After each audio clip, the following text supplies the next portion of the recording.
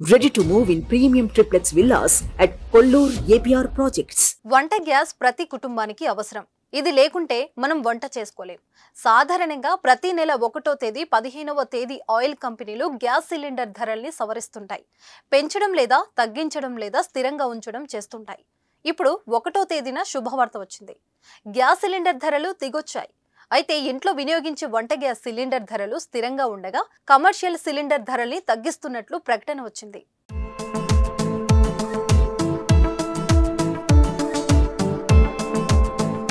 వాణిజ్య gas cylinder అంటే బయట వంట కోసం షాపులో వినియోగించేవి.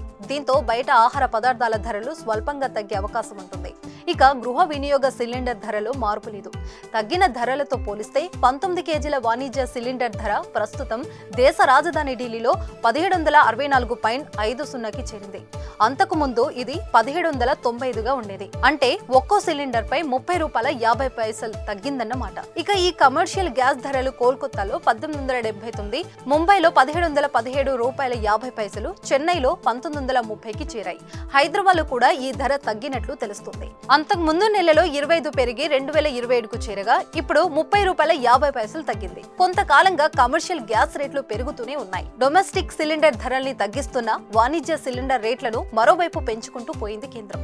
ఢిల్లీలో ప్రస్తుతం 14.2 కిలోల గ్యాస్ సిలిండర్ ధర 803కే ఉంది. హైదరాబాద్ లో ఇది 855గా ఉంది.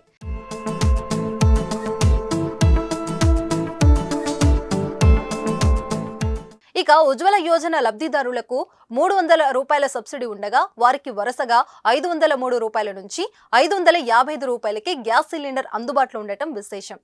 సుమన్ టీవీలో మీ పర్సనల్ అండ్ బిజినెస్ ప్రమోషన్స్ కోసం కింది నెంబర్కి కాంటాక్ట్ చేయండి.